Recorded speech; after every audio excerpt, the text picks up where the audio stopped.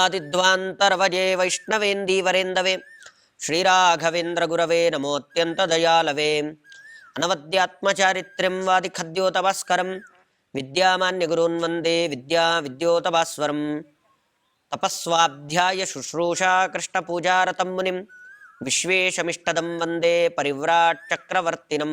ಶ್ರೀ ಗುರುಭ್ಯೋ ನಮಃ. ಶ್ರೀ ವಿಶ್ವೇಶತೀರ್ಥ ಗುರುಭ್ಯೋ ನಮಃ.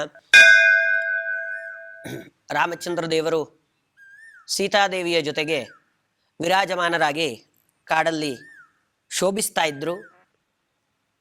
ದುಃಖ ಅನ್ನೋದು ಭಗವಂತನಿಗಿಲ್ಲ, ಅದು ನಟನೆ ಅನ್ನೋದನ್ನು ಸಾಬೀತುಪಡಿಸಿ ಕೃಷ್ಣಾವತಾರಲ್ಲಿ ಭಗವಂತ ಎಲ್ಲ ದೇವತೆಗಳಿಗಿಂತ ತಾನು ಉತ್ತಮ, ಎಂಥ ದೇವತೆಗಳಾಗಿದ್ದರೂ ಆ ಸ್ಥಾನವನ್ನು ಕೊಟ್ಟಿದ್ದು ಭಗವಂತನೇ ಅನ್ನೋದನ್ನು ನಿರೂಪಣೆ ಮಾಡಿ ಪಾರಿಜಾತ ವೃಕ್ಷವನ್ನು ಕೃಷ್ಣ ಅಪಹಾರ ಮಾಡಿ ಭೂಲೋಕಕ್ಕೆ ತರ್ತಾನೆ.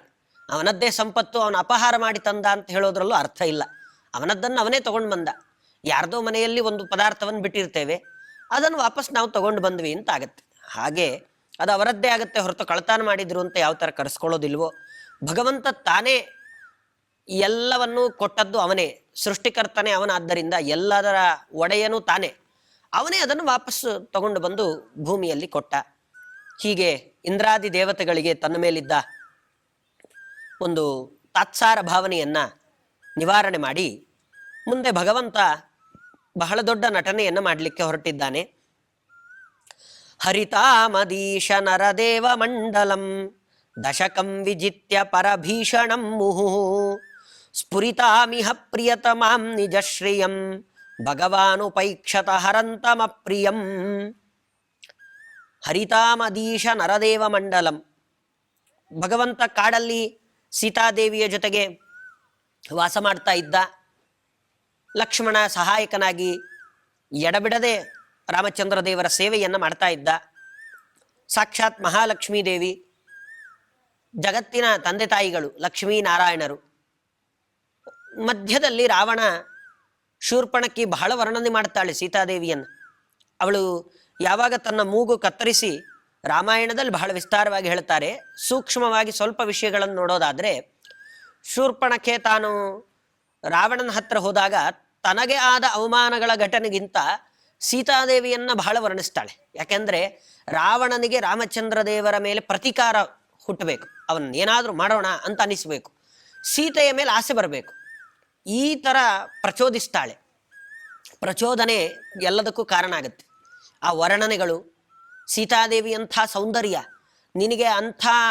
ನಿನಗೆ ಅನುರೂಪಳಾದ ಪತ್ನಿ ಅಂದ್ರೆ ಅವಳು. ಇಷ್ಟು ದಿನ ನೀನು ಯಾಕೆ ಸುಮ್ಮನಿದೆಯೋ ಅದು ನನಗಂತೂ ಗೊತ್ತಿಲ್ಲ. ಯಾಕೆ ನೀನಿನ್ನೂ ಆ ಸೀತಾದೇವಿಯ ಗಮನ, ನಿನಗೆ ಸೀತಾದೇವಿಯ ಮೇಲೆ ಗಮನ ಬರಲೇ ಇಲ್ವಾ? ಸ್ವಯಂವರ ಕಾಲ ಆದಮೇಲೆ ಬಿಟ್ಟೇ ಬಿಟ್ಟಿದೆಯಲ್ಲ. ಹಾಗೆಲ್ಲ ಬಹಳ ವರ್ಣಿಸ್ತಾಳವಳು. ರಾವಣನಿಗೆ ಆಸೆ ಹುಟ್ಟತ್ತೆ.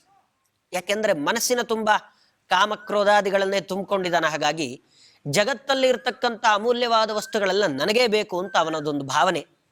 ಸೀತಾದೇವಿ ನನಗೆ ಸಿಗಲಿ ಅಂತ ಆಸೆ ಪಡ್ತಾನೆ. ಆಸೆ ಪಟ್ಟು ತಾನು ಬರ್ತಾನೆ. ಬಂದರೆ ಸೀತಾದೇವಿಯನ್ನು ಮುಟ್ಟುವ ಸಾಮರ್ಥ್ಯ ಅವನಿಗಿಲ್ಲ. ಸೀತೆಯನ್ನು ಹೇಗೆ ತಾನೇ ಅವನು ಮುಟ್ಟಲಿಕ್ಕೆ ಸಾಧ್ಯ? ಭಗವಂತ ಲಕ್ಷ್ಮೀದೇವಿ, ಭಗವಂತ ಆದ ತಕ್ಷಣ ಲಕ್ಷ್ಮೀದೇವಿಯೇ. ಆ ಲಕ್ಷ್ಮೀದೇವಿಯನ್ನು ಮುಟ್ಟುವಷ್ಟು ಸಾಮರ್ಥ್ಯ ಈ ಯಾರೋ ಒಬ್ಬ ಕ್ಷುಲ್ಲಕ ರಾಕ್ಷಸನಿಗೆ ಇರಲಿಕ್ಕೆ ಎಲ್ಲಿಂದ ಸಾಧ್ಯ? ತಾನು ಸುಟ್ಟು ಬೂದಿ ಆಗೋಗ್ತಾನೆ. ಯಾರು ತಾವು ಶ್ರೇಷ್ಠ ಪತಿವ್ರತೆಯರಾಗಿ ಉಳಿಬೇಕು ಅನ್ನುವ ಕಾರಣಕ್ಕೆ ಎಂತಹ ಲಕ್ಷ್ಮೀದೇವಿಯನ್ನು ಸ್ಮರಣೆ ಮಾಡಿ, ಸ್ತೋತ್ರ ಮಾಡಿ, ಪೂಜೆ ಮಾಡಿ ಪಾತಿವ್ರತ್ಯವನ್ನು ರಕ್ಷಣೆ ಮಾಡ್ಕೊಳ್ತಾರೋ, ಕಾಪಾಡಿಕೊಳ್ತಾರೋ, ಅಂತಹ ಲಕ್ಷ್ಮೀದೇವಿಯನ್ನು ಇವನ್ಯಾರೋ ಯಕ್ಕಶ್ಚಿತ್ ರಾವಣ ಮುಟ್ಲಿಕ್ಕಾದ್ರೂ ಹೇಗೆ ಸಾಧ್ಯ? ಅಷ್ಟೇ ಅಲ್ಲದೆ ಮಹಾಲಕ್ಷ್ಮೀ ದೇವಿ ವೇದಮಂತ್ರಗಳಲ್ಲೆಲ್ಲ ಅಂಬರಣಿ ಸೂಕ್ತದಲ್ಲಿ ಒಂದು ಮಾತು ಬರುತ್ತೆ, ಯಂ ಕಾಮಯೇ ತಂ ತಮುಗ್ರಂ ಕೃಣೋಮಿ ತಂ ಬ್ರಹ್ಮಾಣಂ ತಂ ಋಷಿಂ ತಂ ಸುಮೇಧಾಂ.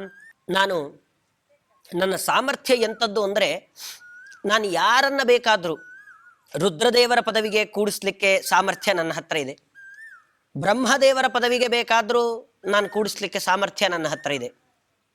ಇಷ್ಟೆಲ್ಲ ಸಾಮರ್ಥ್ಯ ಇರುವ ನನಗೆ ಮತ್ತೆ ಬುದ್ಧಿವಂತನನ್ನಾಗಿ ಇವನನ್ನು ಮಾಡಬೇಕು, ಇವನು ದೊಡ್ಡ ಮಹಾದಡ್ಡ, ಇವನಲ್ಲಿ ಬುದ್ಧಿಯೇ ಇಲ್ಲ, ಜಗತ್ತೆಲ್ಲ ತೀರ್ಮಾನ ಮಾಡಿ ಆಗೋಗಿದೆ, ಇವನಲ್ಲಿ ಬುದ್ಧಿವಂತಿಕೆ ಇಲ್ಲ ಅಂತ. ಆದರೆ ನಾನು ತೀರ್ಮಾನ ಮಾಡಿ ಇವನೊಬ್ಬ ಬುದ್ಧಿವಂತ ಆಗಲಿ ಅಂದರೆ ನಾನು ಮಾಡೋ ಸಾಮರ್ಥ್ಯ ನನ್ನ ಹತ್ರ ಇದೆ. ರುದ್ರ ಪದವಿ, ಬ್ರಹ್ಮ ಪದವಿಗಳೆಲ್ಲ ಇವತ್ತು ನನ್ನ ಶಂಕೆಯಲ್ಲಿ ನನ್ನ ಅಂಕೆ ನಾನು ಹೇಗೆ ಹೇಳ್ತೀನೋ ಹಾಗೆ ನಡ್ಕೊಂಡು ಹೋಗ್ತಾ ಇದೆ. ಅಷ್ಟು ಸಾಮರ್ಥ್ಯವನ್ನ ಕೊಂಡಾಡುತ್ತೆ ಮಹಾಲಕ್ಷ್ಮಿಯ ದೇವ ಸಾಮರ್ಥ್ಯ ಇಂಥದ್ದು. ಕೊನೆಗೆ ಹೇಳುತ್ತೆ, ಇಷ್ಟೆಲ್ಲ ಇದ್ರೂ ಈ ಸಾಮರ್ಥ್ಯ ಮಹಾಲಕ್ಷ್ಮೀ ದೇವಿಗೆ ಬಂದದ್ದು ಆ ಭಗವಂತ ಸಮುದ್ರಾಂತಶಾಹಿಯಾದ ನಾರಾಯಣನ ಅನುಗ್ರಹದಿಂದ ಅಂತ. ಇಂತಹ ಲಕ್ಷ್ಮೀದೇವಿಯನ್ನ ರಾವಣ ಮುಟ್ಲಿಕ್ಕೆ ಸಾಧ್ಯವ? ಆದರೆ ಸೀತಾದೇವಿಯನ್ನು ಅಪಹಾರ ಮಾಡಿರೋದು ಬಹಳ ಪ್ರಸಿದ್ಧ, ಕರ್ಕೊಂಡು ಹೋಗ್ತಾನೆ. ಹೇಗೆ ಇದನ್ನ ಹೇಳಬೇಕು ಅಂದರೆ, ಅದಕ್ಕೆ ಮಧ್ವಾಚಾರ್ಯರು ಮಹಾಭಾರತ ತಾತ್ಪರ್ಯ ನಿರ್ಣಯ ಅಂತ ಬಹಳ ಅದ್ಭುತವಾದ ಗ್ರಂಥ, ಸಮಗ್ರ ಜಗತ್ತಿನಲ್ಲಿರ್ತಕ್ಕಂತಹ ಮಹಾಭಾರತಗಳನ್ನೆಲ್ಲ, ಪ್ರಸಿದ್ಧವಾದ ಮಹಾಭಾರತಗಳ ವಿಮರ್ಶೆಯನ್ನು ಮಾಡಿ, ಯಾಕೆಂದ್ರೆ ಒಂದೊಂದು ಕಡೆಯಲ್ಲಿ ಒಂದೊಂದು ರೀತಿಯಾದಂತಹ ಲಿಪಿಗಳು, ಅದನ್ನೆಲ್ಲ ವಿಮರ್ಶೆ ಮಾಡಿ ಎಲ್ಲೆಲ್ಲಿ ತಪ್ಪಾಗಿದೆ, ಯಾವ್ಯಾವುದನ್ನು ಯಾವ ರೀತಿಯಲ್ಲಿ ಇಟ್ಕೊಳ್ಬೇಕು, ಮಹಾಭಾರತವನ್ನ ನೋಡುವ ಮುಖ, ರಾಮಾಯಣವನ್ನು ನೋಡುವ ಮುಖ, ಎರಡಕ್ಕೂ ಒಂದು ನಿರ್ಣಯವನ್ನು ಕೊಡ್ತಾರೆ. ಎಲ್ಲ ವಿಷಯಗಳಲ್ಲಿ ಗೊಂದಲ ಆದಾಗ ಇದನ್ನು ತೆಗೆದು ನೋಡಿ, ಇದರಿಂದಾಗಿ ಅದಕ್ಕೆ ಅರ್ಥವನ್ನು ಮಾಡಿ.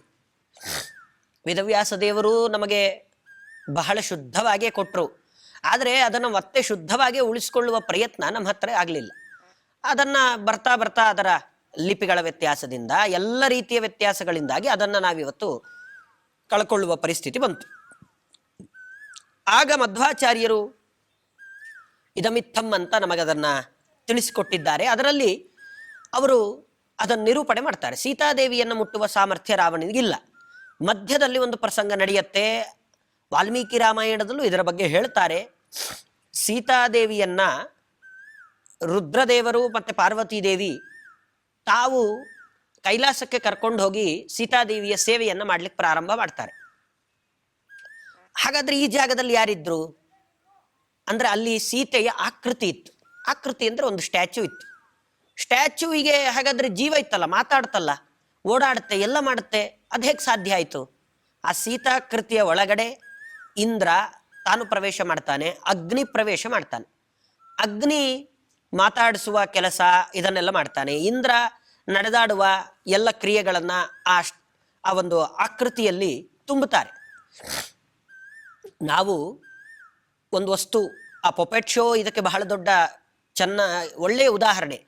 ಅದಕ್ಕೇನು ಜೀವ ಇರೋದಿಲ್ಲ, ಯಾರೋ ಹಿಂದಗಡೆಯಿಂದ ಧ್ವನಿ ಕೊಡ್ತಿರ್ತಾರೆ, ಯಾರೋ ಒಬ್ಬ ವ್ಯಕ್ತಿ ಕೈಯಲ್ಲಿ ಅದನ್ನು ಆಟ ಆಡಿಸ್ತಾ ಇರ್ತಾನೆ. ನೋಡೋರ್ಗೆ ಏನು ಕಾಣುತ್ತೆ ಅಂದ್ರೆ, ಆ ಗೊಂಬೆಗಳು ತಾವೇ ಓಡಾಡ್ತಾ ಇದೆ, ಮಾತಾಡ್ತಾ ಇದೆ ಅನ್ನುವ ಹಾಗೆ ಕಾಣುತ್ತೆ, ಆದರೆ ಅದು ವಾಸ್ತವ ಅಲ್ಲ.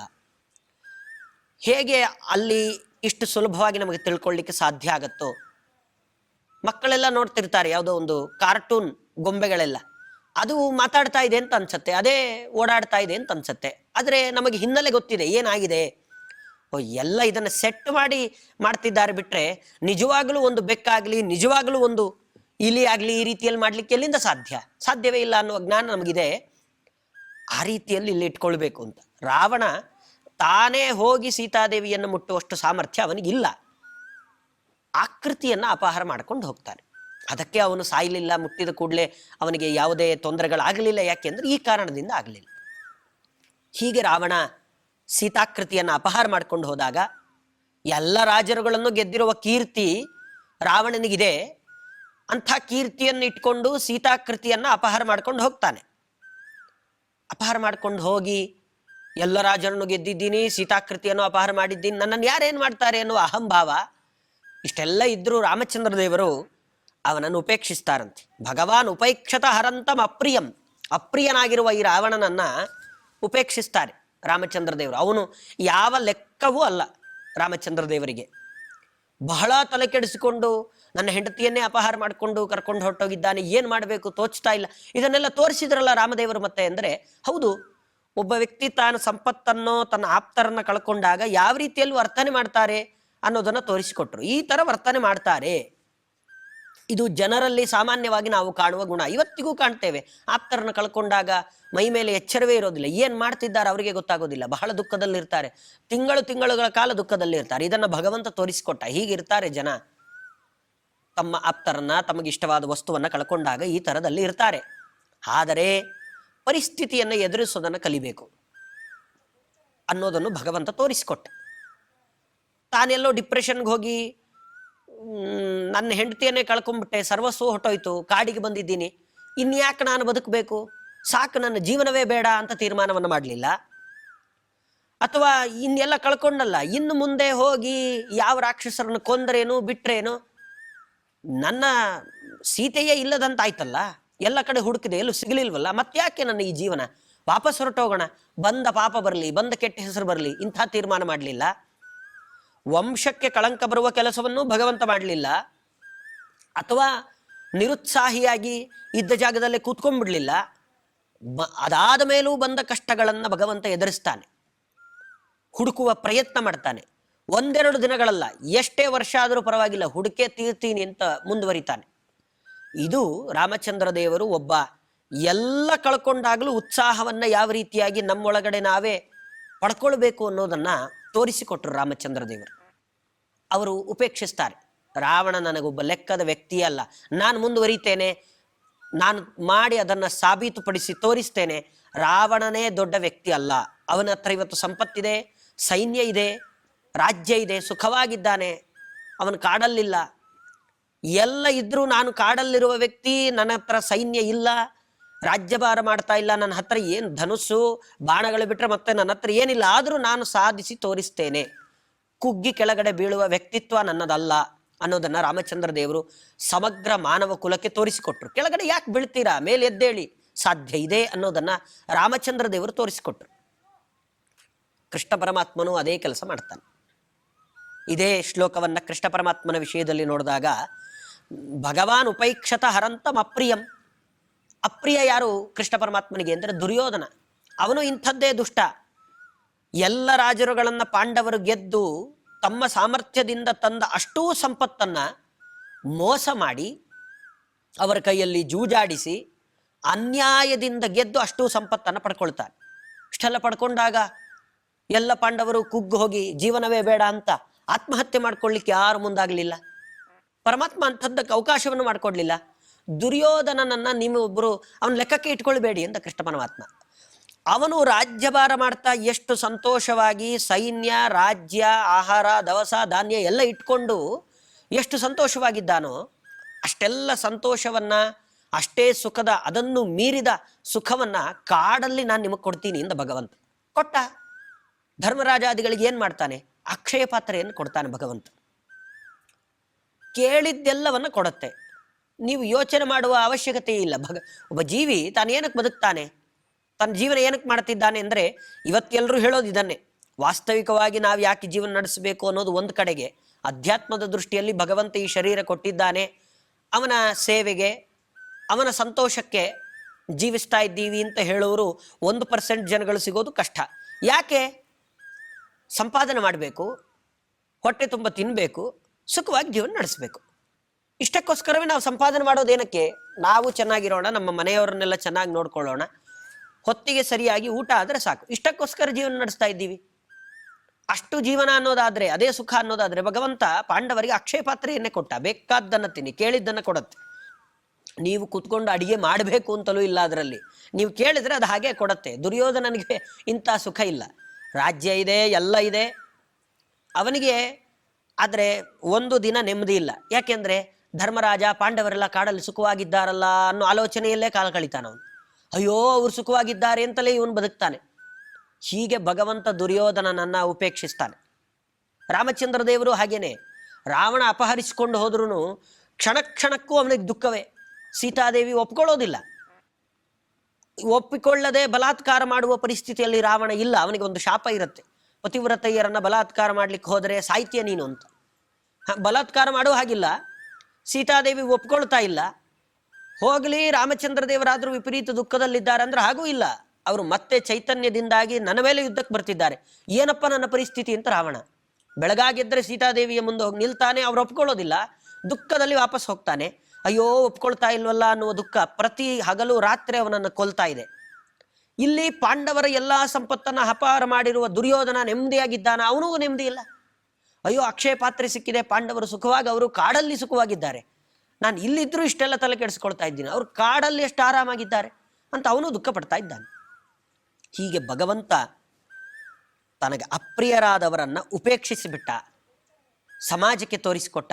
ನಿಮಗೆ ಇಷ್ಟ ಆಗಲಿಲ್ಲ ಅಂದರೆ ಅವರ ಬಗ್ಗೆ ನೀವು ತಲೆ ಕೆಡಿಸ್ಕೊಳ್ಬೇಡಿ, ನಿಮ್ಮ ಕೆಲಸ ನೀವು ಮಾಡಿ, ಅವರೇ ನಿಮ್ಮನ್ನು ನೋಡಿ ಬೇಜಾರು ಮಾಡ್ಕೊಳ್ತಾರೆ. ಓ, ಯಾಕೆ ಇವ್ರು ಇಷ್ಟು ಸುಖವಾಗಿದ್ದಾರೆ, ನಾನು ಇಷ್ಟೆಲ್ಲ ತೊಂದರೆ ಕೊಟ್ಟರು ಅವ್ರು ನನ್ನ ಬಗ್ಗೆ ತಲೆ ಕೆಡಿಸ್ಕೊತಾ ಇಲ್ಲ, ಸುಖವಾಗೇ ಇದ್ದಾರಲ್ಲ ಅಂತ ಅವರೇ ನಿಮ್ಮ ಬಗ್ಗೆ ಬೇಜಾರು ಮಾಡ್ಕೊಳ್ತಾರೆ. ಅವರೇ ಅವರ ಜೀವನದ ಸುಖವನ್ನ ಕಳ್ಕೊಳ್ತಾ ಹೋಗ್ತಾರೆ. ಇದು ರಾಮಾವತಾರದಲ್ಲಿ, ಕೃಷ್ಣಾವತಾರದಲ್ಲಿ ಭಗವಂತ ನಮಗೆ ಕೊಟ್ಟ ಬಹಳ ದೊಡ್ಡ ಸಂದೇಶ. ಹಾಗಾಗಿ ಸಂಪತ್ತು, ಪ್ರತಿಷ್ಠೆ ಇದು ಯಾವುದೂ ಕಾರಣ ಆಗೋದಿಲ್ಲ. ನಮಗೆ ಅತ್ಯಂತ ಪ್ರಿಯವಾದ ವಸ್ತು ಅಂತ ನಾವು ಯಾವುದು ಅಂದ್ಕೊಂಡಿರ್ತೀವೋ ಅದನ್ನು ಅಪಹರಿಸಿಕೊಂಡ್ರೂ ನಮಗೆ ದುಃಖ ಆಗಬೇಕು ಅಂತೇನಿಲ್ಲ. ನಾವು ಸಂತೋಷವಾಗಿ ಇರಬಹುದು. ನಾವು ಆ ಸಂತೋಷದ ಮಾರ್ಗದಲ್ಲಿ ಸಾಗಬೇಕು. ಬಿಟ್ಟರೆ ಅದಾಗದೆ ಆ ಸಂತೋಷವೇ ನಮ್ಮನ್ನು ಹುಡ್ಕೊಂಡು ಬಂತು ಅಂತಿಲ್ಲ. ಇರೋದ್ರಲ್ಲಿ ನಾವು ಸಂತೋಷವನ್ನು ಪಡಬೇಕು. ದುಃಖ ಆಗತ್ತೆ, ದುಃಖ ಆಗಿ ದುಃಖವನ್ನು ಯಾವ ರೀತಿಯಲ್ಲಿ ಅನುಭವಿಸ್ತೀವಿ, ಅದರ ನಂತರವೂ ಒಂದು ಜೀವನ ಇದೆ. ಆತ್ಮಹತ್ಯೆಯೇ ಎಲ್ಲದಕ್ಕೂ ಪರಿಹಾರ ಅಲ್ಲ. ಹೀಗೆ ಈ ಎರಡು ಪ್ರಸಂಗಗಳು, ಒಂದು ಯುಗಗಳೇ ಬೇರೆ. ತ್ರೇತಾಯುಗದಲ್ಲಿ ನಡೆದ ಘಟನೆ ಒಂದು, ದ್ವಾಪರ ಯುಗದಲ್ಲಿ ನಡೆದ ಘಟನೆ ಒಂದು. ಆದರೆ ಪ್ರಸ್ತುತ ಕಲಿಯುಗದಲ್ಲೂ ನಮಗೆ ಬಹಳ ಹಸಿಯಾಗಿ ಇರುವಂತಹ ಎರಡು ವಿಷಯಗಳನ್ನು ರಾಮಾವತಾರ, ಕೃಷ್ಣಾವತಾರದಲ್ಲಿ ಭಗವಂತ ತೋರಿಸಿಕೊಟ್ಟ ಅಂತ ನಾರಾಯಣ ಪಂಡಿತಾಚಾರ್ಯರು ಬಹಳ ಸುಂದರವಾಗಿ ಅದನ್ನು ಹೇಳಿದರು. ಅವರು ಉಪಾಸನೆಯನ್ನ ಮಾಡಬೇಕು ಅಂತ ಹೇಳಬೇಕಾದ್ರೆ ಅವರು ತಗೊಂಡ ಪ್ರಸಂಗಗಳೆಲ್ಲ ಇಂಥದ್ದೇ. ಭಗವಂತ ಎಲ್ಲ ವಿಷಯಗಳನ್ನು ಹೇಳೋದಿಲ್ಲ, ಹೇಳುವ ಎರಡು ವಿಷಯದಲ್ಲೇ ಅದ್ಭುತವಾದ ಸಂದೇಶವನ್ನು ಕೊಟ್ಟು, ಇಂತಹ ಭಗವಂತನನ್ನ ನಿರಂತರ ಉಪಾಸನೆಯನ್ನು ಮಾಡಿದರೆ ನಮ್ಮ ಜೀವನದಲ್ಲಿ ಎಲ್ಲದಕ್ಕೂ ನಮಗೆ ಪರಿಹಾರ ಅನ್ನೋದು ಸಿಗತ್ತೆ ಅಂತ ಅವರು ಹೇಳ್ತಿದ್ದಾರೆ. ಅದನ್ನು ನಾವು ಅನುಸರಿಸೋಣ ಅಂತ ಹೇಳಿ ನನ್ನ ಮಾತನ್ನು ಮುಗಿಸ್ತೇನೆ. ಕೃಷ್ಣಾರ್ಪಣಮಸ್ತು.